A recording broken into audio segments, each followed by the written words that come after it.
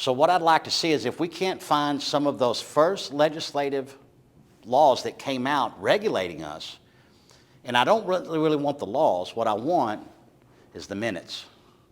I want to hear what the hell you were talking about as you were doing this, because that's kind of what we're looking at right now is minutes of a deal. Things that, back in that time, they would have been very candid. And they would have been very candid because they had a false sense of security that nobody would ever see.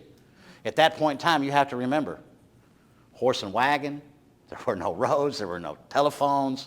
It was a much different time, and everything was hand transcribed.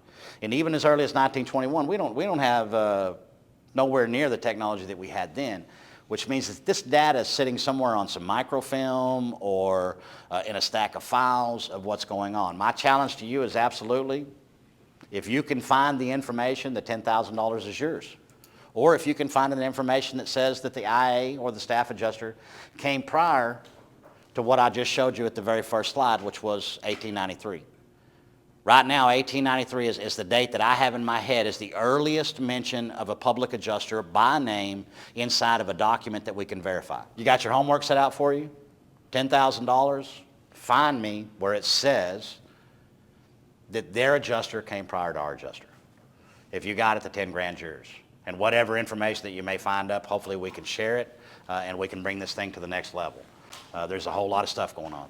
Go ahead. Yeah, you got it writing. It's on video right now on several different deals.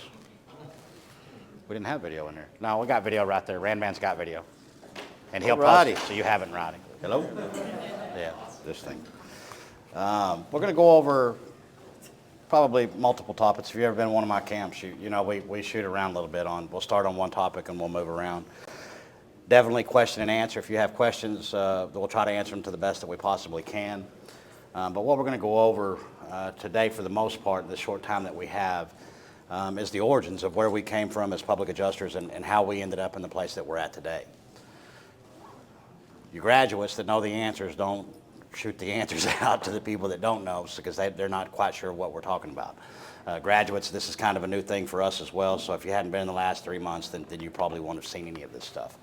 The camp is constantly evolving. Every time we learn something, we incorporate it, and it constantly evolves, constantly evolves.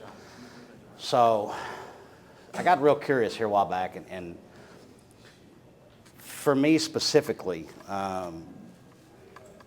if you would have asked me 7, 8 months ago, Cal, how do you think public adjusting got started? I would have said, well, you know, the insurance companies are so horrible that at some point in time, a smart legislator said, hey, we need an advocate on the insured side. We need something to counter these people who are coming out and doing this thing. I was dead wrong. I was so dead wrong that I would have fought you with my fist, believing that I was right. But then when I started looking at things and I started trying to go to research, you know what I found? Nothing. The records are gone. History has been completely erased about where we come from and what we're doing. Does that not seem strange to all of y'all that we can go back and find almost anything that you want from anything that's been going on? You can get the whole script of what happened and how we came to be. But yet if you research public adjusters and when they came to be and how they came to be, there's no information. Even to this date, I have very little data.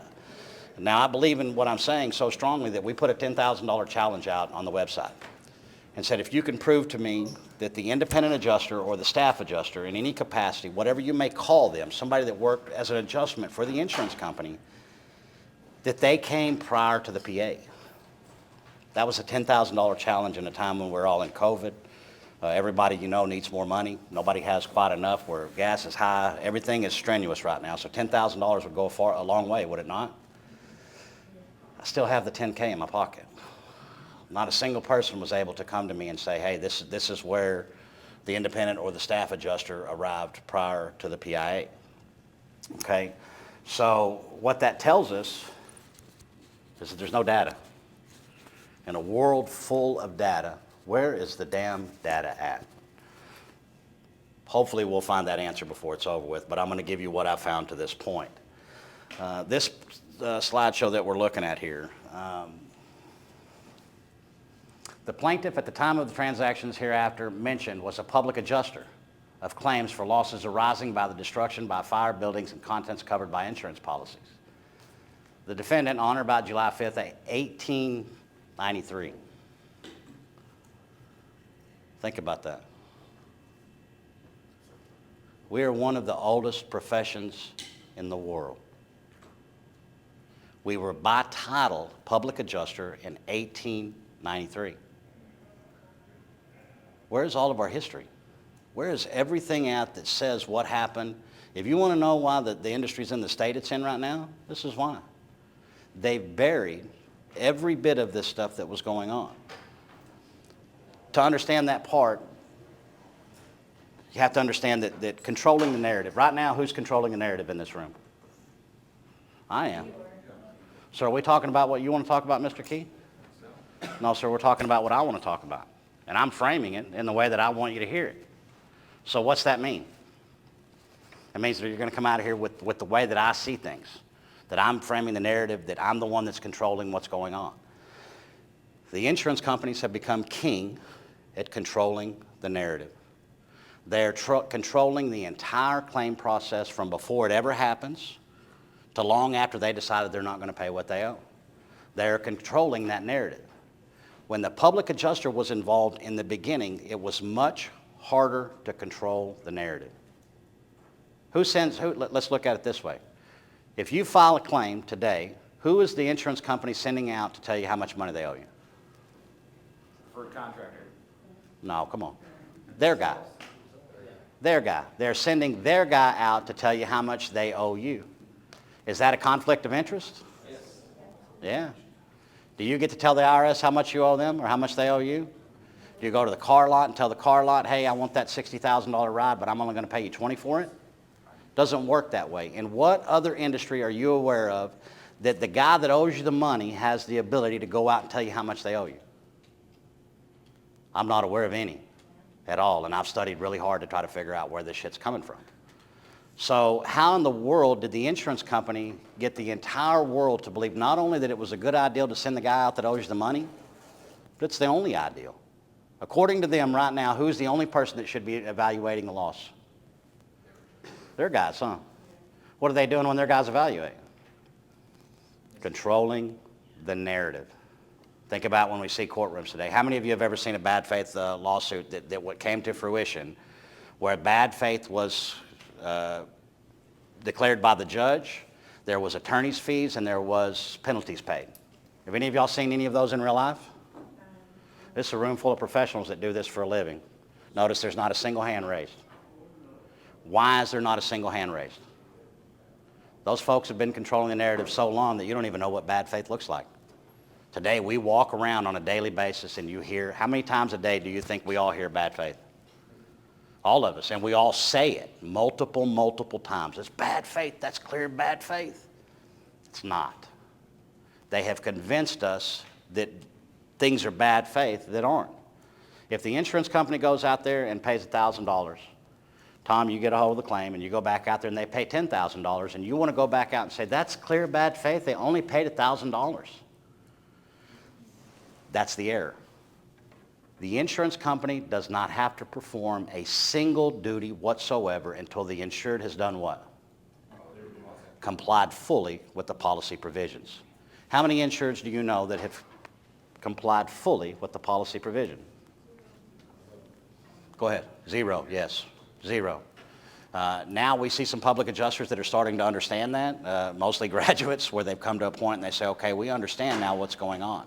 The reason we're not seeing bad faith is because the insured never performed. If you're a party to the contract and I'm a party to the contract and you don't do your part and I don't do my part, which one of us can sue the other part?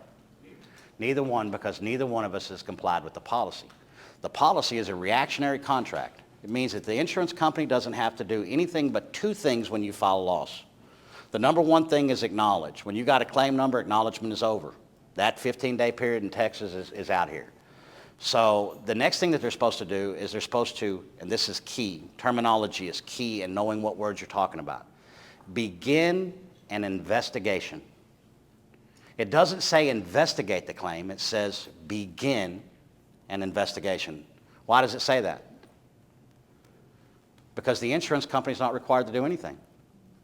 They're required to begin the investigation, and they tell you what, hey, bring me this information, and then we'll talk to you about what's going on. Or we're going to send our guy out, and our guy's going to give the information, and we'll talk to you about it then.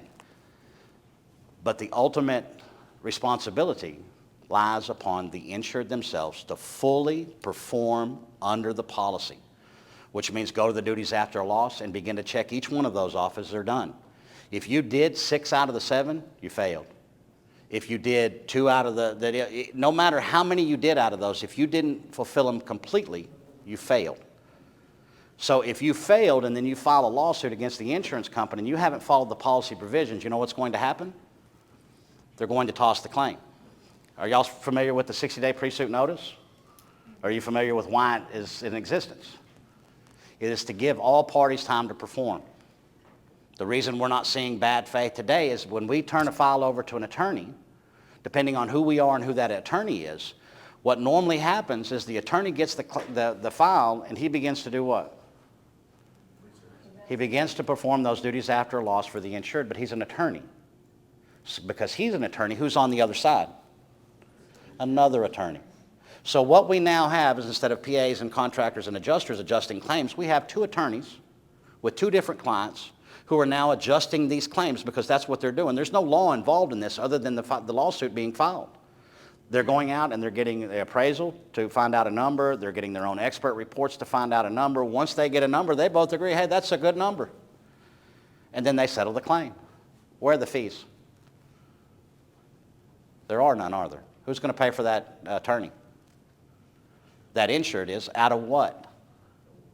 Policy proceeds. Why? Because no bad faith occurred.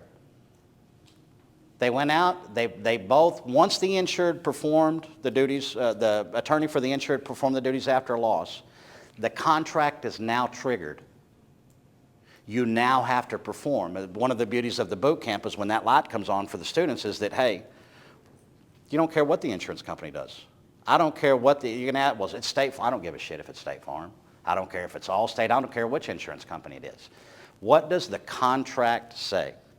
And if the contract says do A, B, C, and D, and after A, B, and C is done completely, then we must do the rest of the alphabet, the insurance company. Caveat, we don't have to start doing anything but the investigation until you fully perform. So once that performance is done, everything changes. Now, if let's look at the verbiage behind that. If we've completely fulfilled the duties after the loss of the insured, what else do we have left to do? Nothing. We're done, right? What else can you do? What's the next step after doing everything that you're supposed to do? There's not one. It means you're finished. It means you have nothing else to do, and you're not going to bring any value by holding on to this claim and trying to keep it in one spot for whatever reason that it is that you're holding. You're only going to cause more strife and allow the insurance companies to earn more money on the float. So once the claim is done, the insured company has either performed or they have not. At that juncture, the insured has performed, and if they haven't performed, then guess what we call that?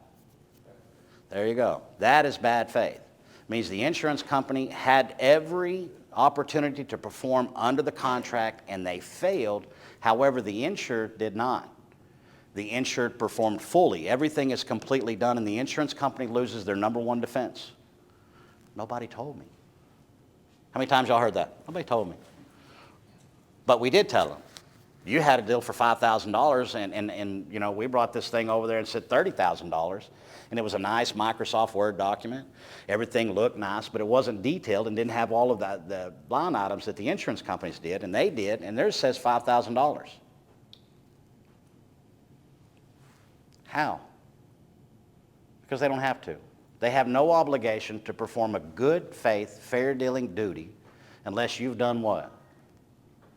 Performed fully under that contract. We talk about good faith, goodwill, good faith and fair dealing. We talk about all these things that the insured is owed.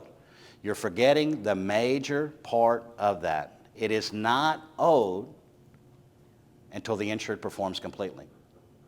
However, once they perform completely, everything changes. You're now complete. The ball's now in their court, and you're saying, you either do or die now. You either do what you're supposed to do. If you don't, then you're going to get sued. And when you get sued, it's not going to be the same. You don't get to hire the $25, $50 an hour attorneys to defend yourself. No, you've got to get $500 an hour attorneys to defend yourself because we're not playing the same game anymore. Matter of fact, we're not playing any games. We're dead serious about what we're doing, and when we see you in a courtroom, it means we beat you already. That's why we're here, is we beat you, and you just won't bow out until the court tells you to. Okay, so let's step on just a little bit. I'm real bad about squirrels. I can get sidetracked in a heartbeat. Well, what we're doing is vast, and what I'm trying to do in this little bit of time that we have is to bring everybody to the same place of understanding that I'm at now. So it takes a little bit of time, and we have to follow a few squirrels. Okay, the only reason I put this slide up here is because of the timelines. 1893, 1893, and 1894. Again, clarifying without fail, this is an actual lawsuit, that public adjusters were here in business and named as public adjusters as early as 1893. Probably before that, because they talk about them with familiarity. When you look at this thing, there's a familiarness with it that says that this was here prior to that. Okay, this was the national conventions of, this is Melanie's tablet, and it doesn't have a touch screen. Her extra tablet. Huh? 2 fingers. 2 fingers, no? Y'all dirty minds quit it.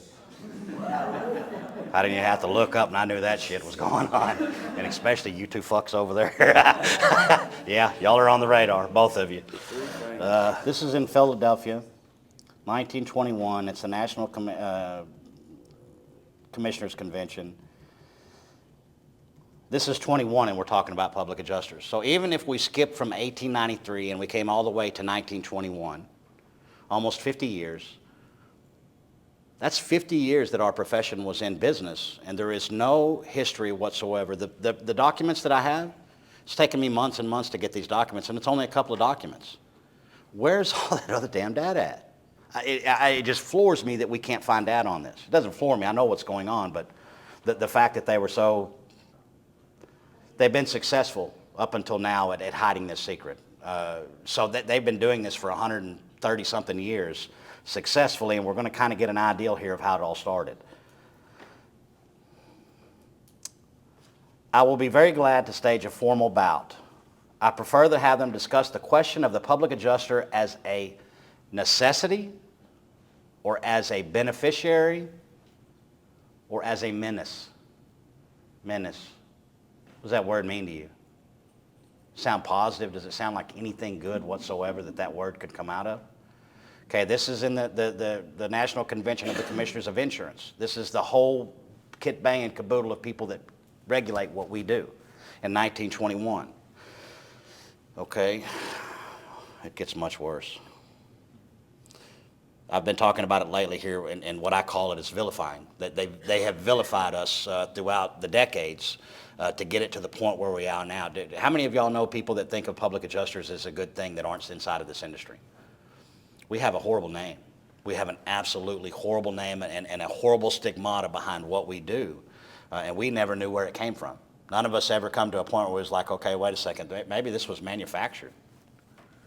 Maybe somebody some time ago started a story, and that story is now what we hear today, 150 years later, and it's nowhere close to a menace. Look in this room. Does anybody look like a menace in this room? Do they look like they're people that are trying to take advantage of all of the people in the world, and that they're it doesn't compute. What they say does not add up. Okay.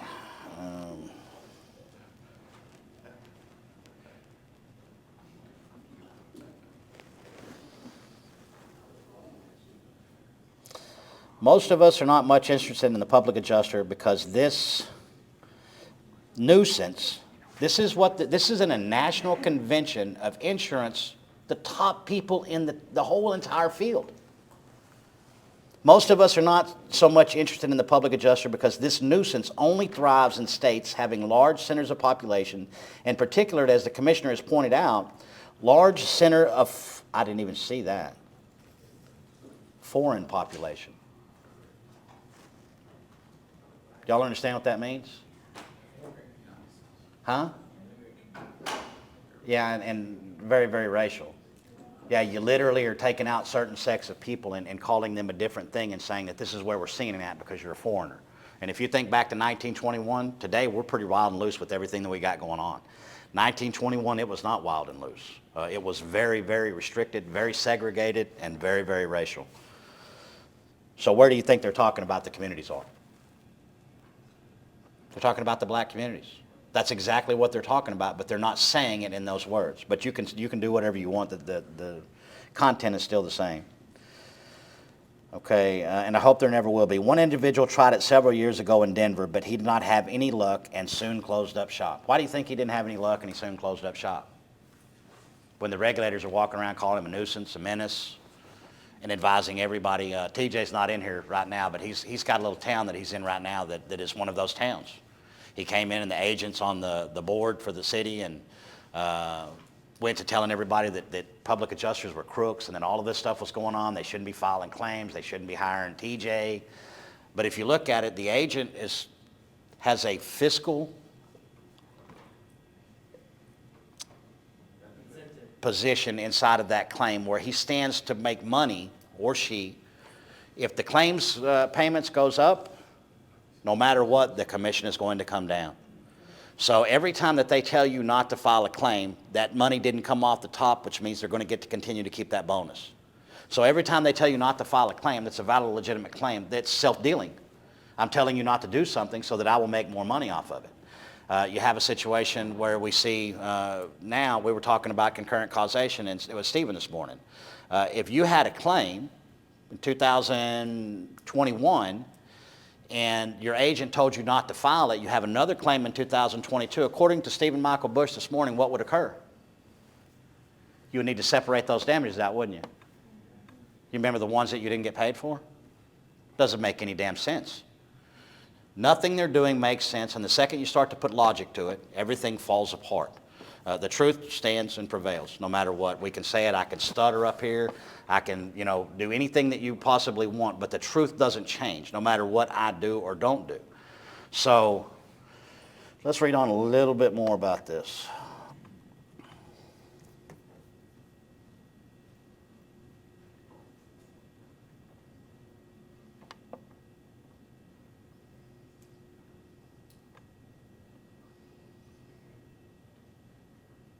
There is undoubtedly a very large addition to the annual loss record shown by the fire companies through the payment of excess losses influenced by these public adjusters, and as the Commissioner has pointed out, at least winked by an occasional avaricious, I've never even seen that, avaricious, is that avaricious? Yeah, avaricious broker or agent. I'm inclined to agree that this situation is largely due to the failure of companies to properly recognize the evil and combat it. Who's he talking about that's evil? This shit is damning. I mean, this is like literally a hit post at the National Convention. Evil and combat it, and yet, as the Commissioner has also pointed out, this lack of action seems to be due to timidity of the companies in fighting what they know to be absolutely wrong. In this one deal, there is undoubtedly a very large addition to the annual loss record shown. What does that actually mean? It means that the PA was reaching indemnity. It means that you were paying the claims that you were supposed to be paying. So what are they talking about combating? About what they should have been doing. They're literally telling us in this deal that, hey, because you got involved, the claim went higher. Can you make the insurance company commit fraud? My whole point that I made 15, 20 minutes ago was that we have no control of them, right? So if I made you pay something, that means what? It means you owed that shit all along. Means there was never a point in time that once the loss occurred that you didn't owe that absolute money that was going. What you're saying now is that you're pissed off at me because I looked at the contract and said, wait a second, you owe way more than this. Now understand, at this point in time, they have convinced not just the United States, the entire world, that it's a good idea to send their guys out. It's a bad idea. If we call the duties after a loss another word, or another term, or another phrase, what would we call that? Requirements. Burden of proof, maybe? So they have a burden of proof. Who put that burden on them? by contract, didn't they? So can the insured that put that burden on them then perform those burdens for them?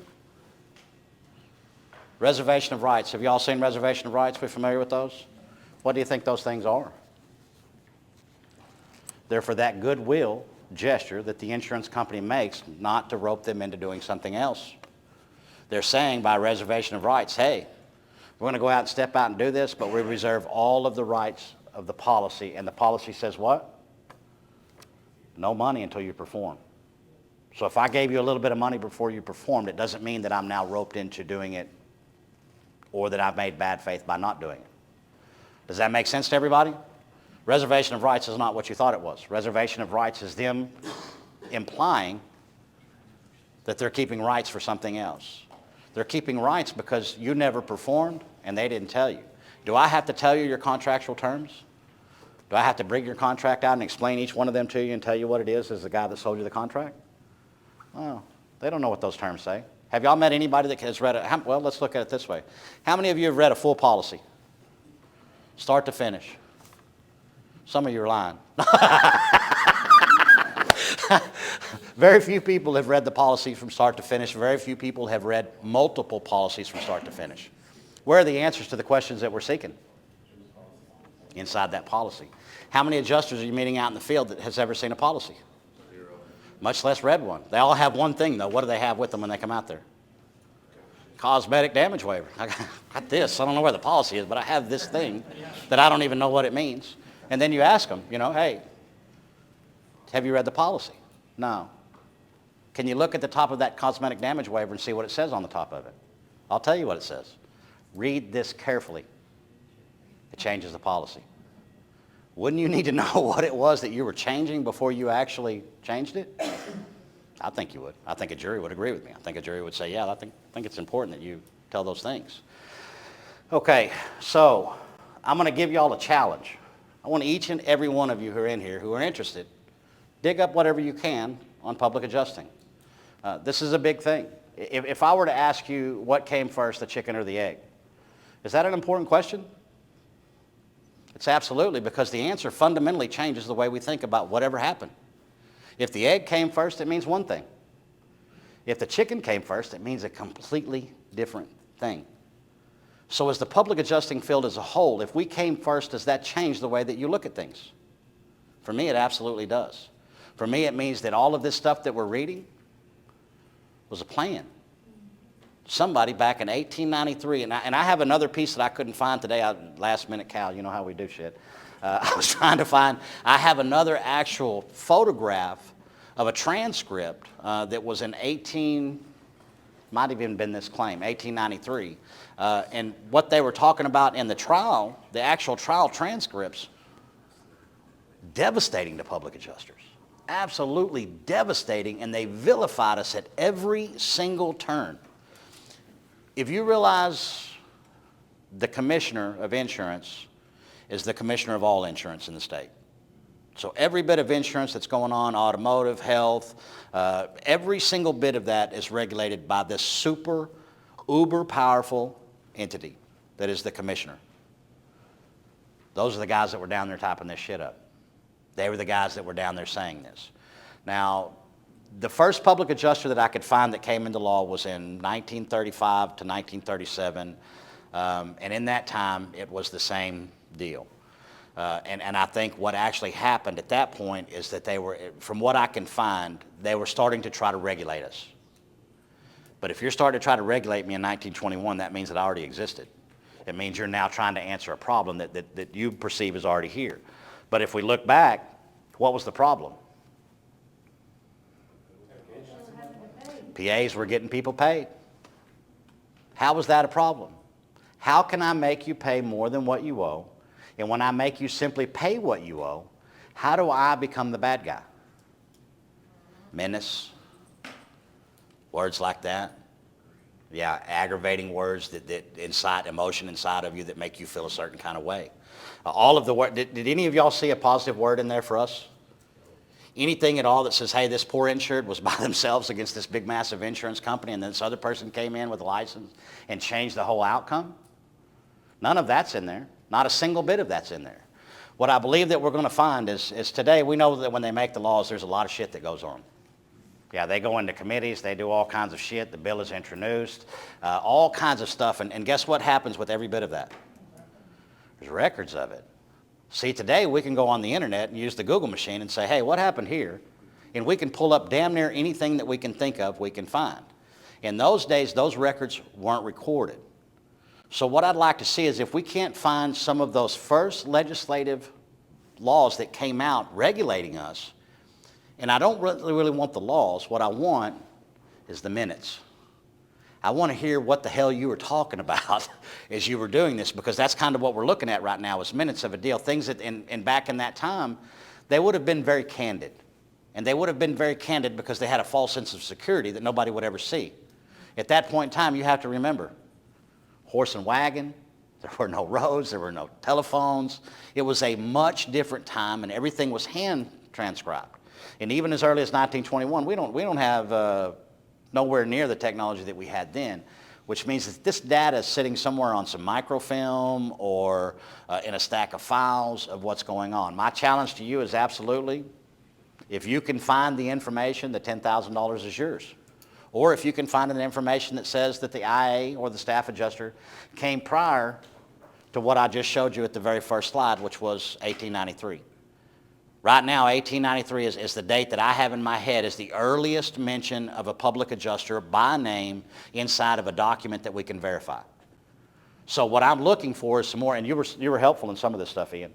I think you might have provided this actual, the whatever it was. But you remember when I put the challenge out. Still got the money, and I still have the money now, and I'm offering the $10,000 to anybody that can prove to me they came first. I don't believe it. I don't believe they did. They had what was called a loss assessor. The loss assessor had nothing to do with the loss. They went out and they assessed the home prior to putting a premium to it. Their sole intent was to tell the insurer how much money to charge for premiums. Had nothing to do with the loss, had nothing to do with destructive damage. It was simply to tell you how much money I need to charge you on this structure. So I'm a pretty good researcher. I dig deep into everything that I get into, and I have not been able to find anything. So I am issuing that challenge to you folks. If you take it, fantastic. I would love to pay somebody 10 grand, but I don't believe it's going to happen. And if you know me at all, you realize one thing, I'm not a betting man. You don't catch me doing a whole bunch of bet. That's just not who I am. I feel so strongly about this thing, and I'll take $10,000 from my own pocket and say, hey, please prove me wrong. If you can prove me wrong, we'll shut this thing down and we'll go a different direction with it. But at this point in time and everything that we've done, I don't see that you're going to be able to prove me wrong on this. Okay? There can be no legitimate field for the public adjuster as I see it. On the other hand, I do not see how he can be legally prevented from attempting to do the business. That's powerful right there. And that's the first time I've caught that. But every time I read something, every time I read it, I get something. I hope all of you do something similar. I do not see how he can be legally prevented from attempting to do business. That's where the regulation came from. They could not prevent it, so then they began to regulate it.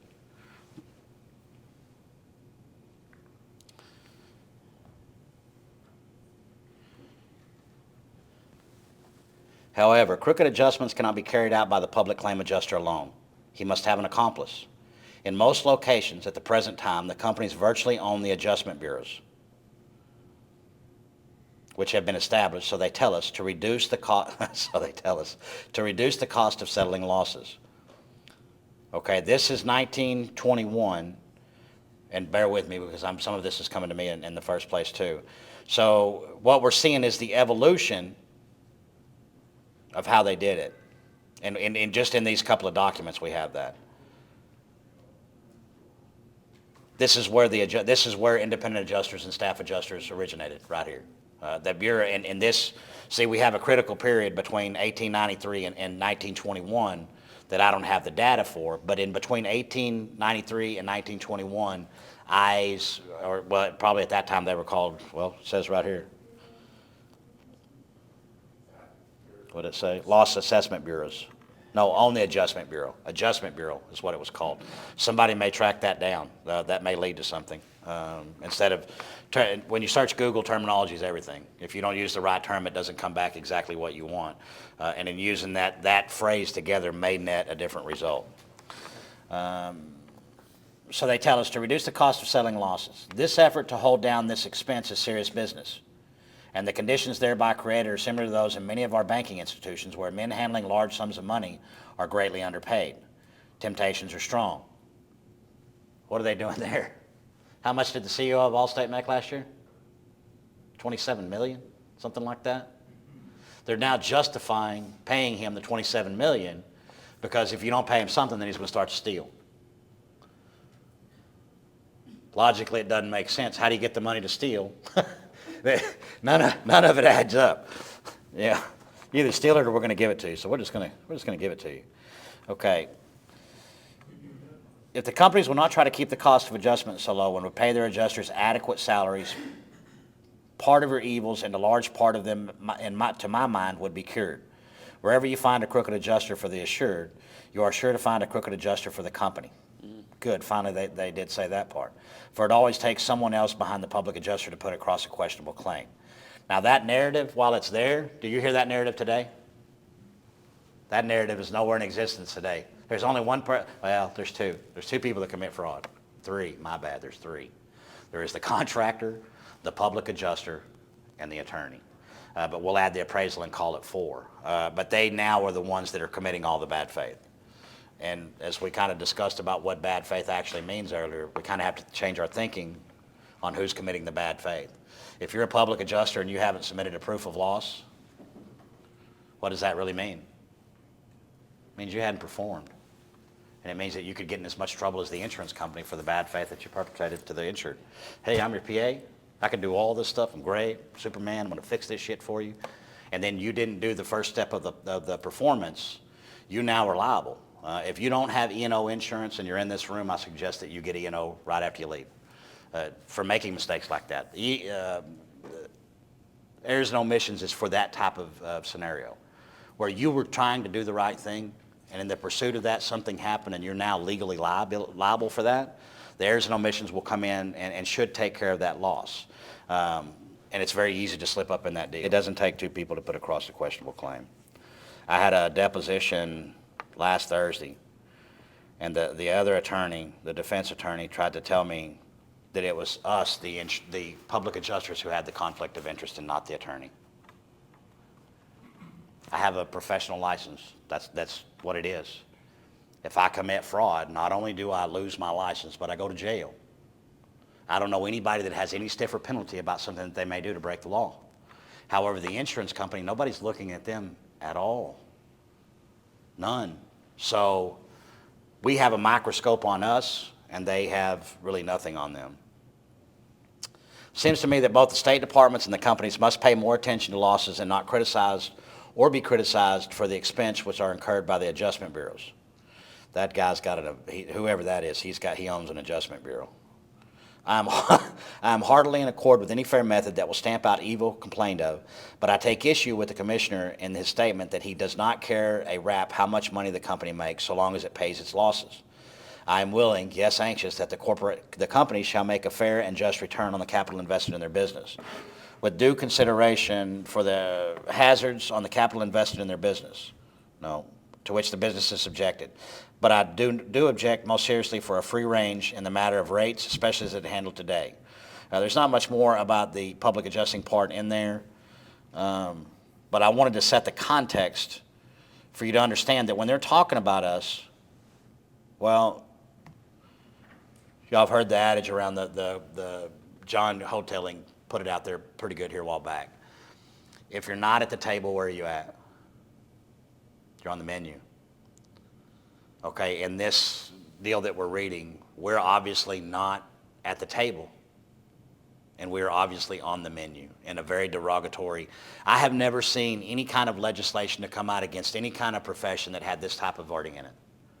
Vicious, vindictive, you're a menace, all of these things. These are terrible words, and they put it in terrible context as to the insurance company only owes the cost that it takes to reasonably replace or repair that item and here's the caveat, y'all hear that all the time, here's the part that you don't hear, that brings the insured back to pre-loss condition.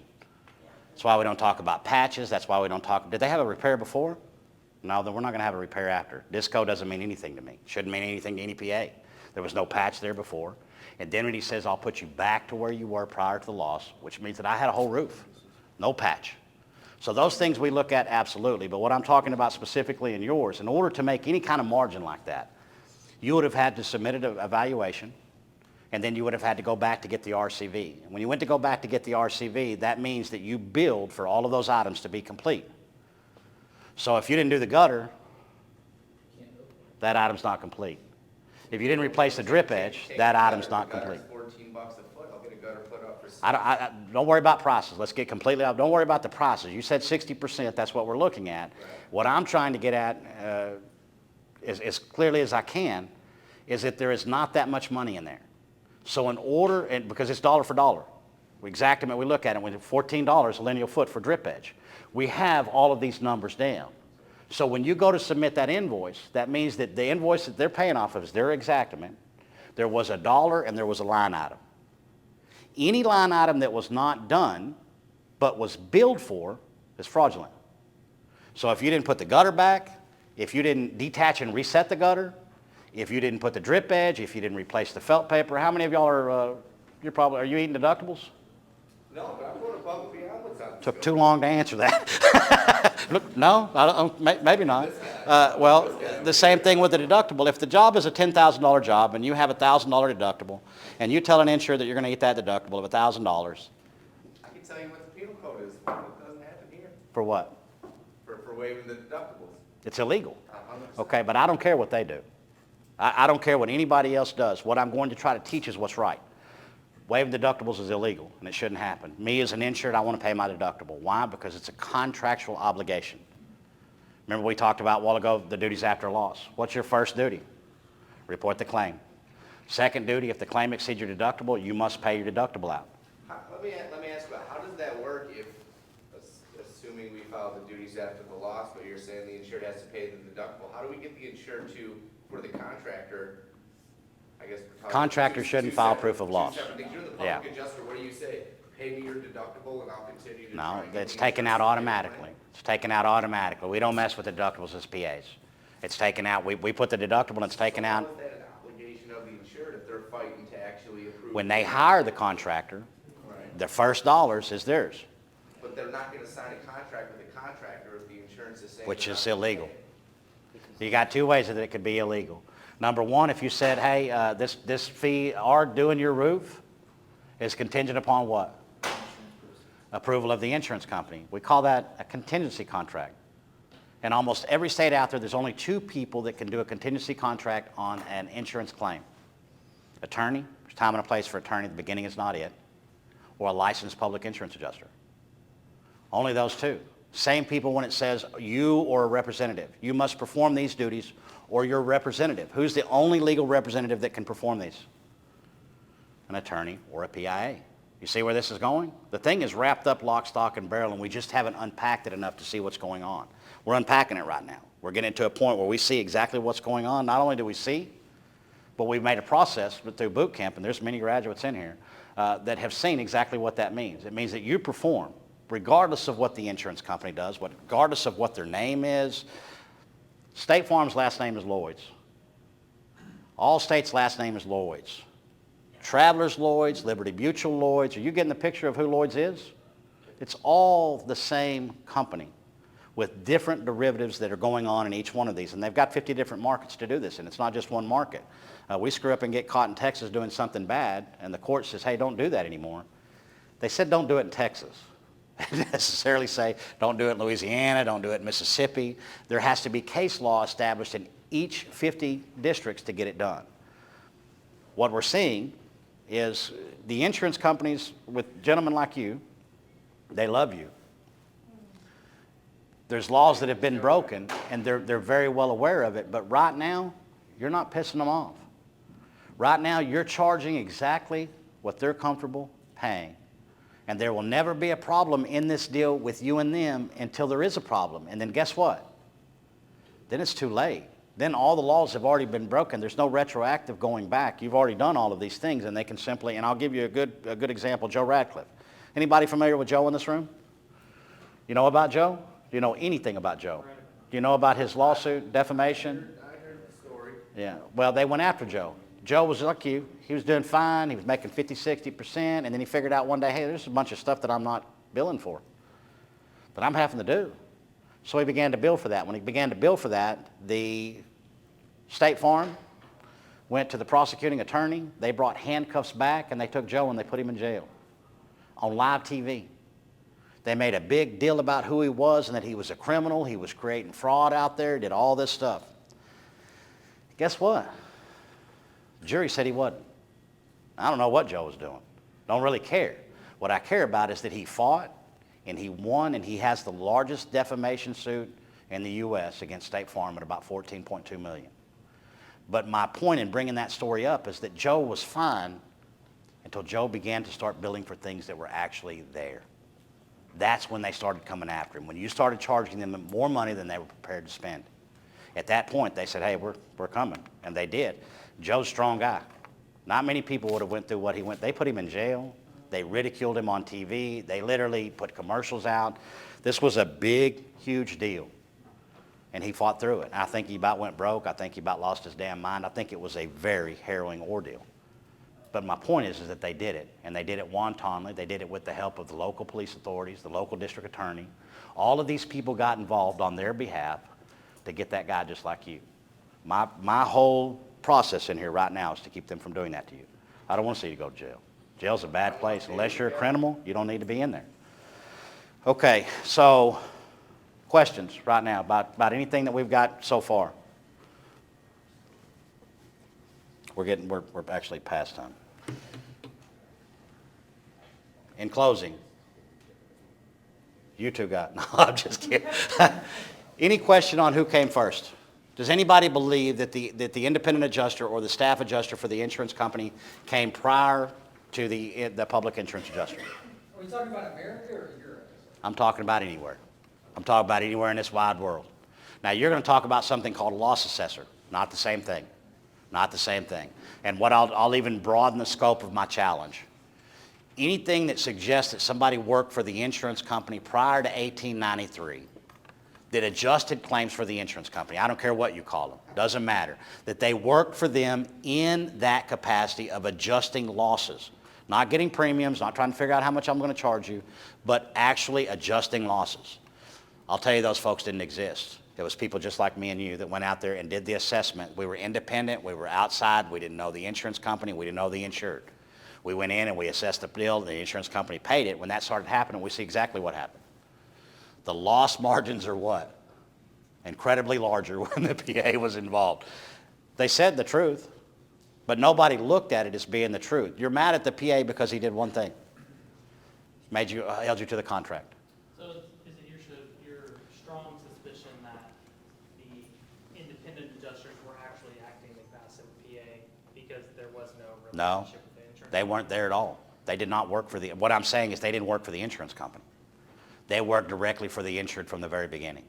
They did not start to work for the insurance company until between 1893 and 1921. The Adjustment Bureau was born somewhere in there. I think that one phrase is going to get us a little bit farther than what we've been, but I think it's actually going to give us some insight into who started the Adjustment Bureau, and it's probably one of these cats right here that signed up on this commissioner's deal. They probably owned one of the first adjustment boards. The language was kind of such where they were trying to crap on PAs, but they were also trying to crap on the IAs, but they were saying that, hey, we have a solution. Here's a problem, here's a problem. The adjusters for the carrier because of the PAs. Right, and because, what were the PAs doing? Probably getting the claims paid properly. Motherfuckers. Yeah. How dare you go out and do that properly? And from doing things properly, they were vilified. Menace, all the words that they used to say that we were bad. I'm looking at a room full of y'all right now, and I don't feel that way about any of y'all. Now, there's some people in the industry that are sharks. They don't care about nothing but the dollar. But the good thing about most of those folks, we know who they are, and they know who they are. They don't make any bones about saying, I'm here for the dollar, and that's what I'm here for. And I'm okay with that, as long as you don't have a false sense of I'm doing this for you or doing it for whatever when you actually have an ulterior motive. So you got your homework set out for you? $10,000, find me where it says that their adjuster came prior to our adjuster. If you got it, the 10 grand's yours. And whatever information that you may find up, hopefully we can share it, and we can bring this thing to the next level. There's a whole lot of stuff going on. Go ahead. Can I get that in writing? Yeah, you got it writing. It's on video right now on several different deals. We didn't have video in there. No, we got video right there. Randman's got video. And he'll post it, so you have it in writing. Yeah. Anybody that knows me knows that if I told you something, no matter if it's written in stone, no matter if it hurts me to the core, I'm going to do precisely what it was that I promised. Questions? No? Thank y'all. I enjoyed. See y'all tomorrow.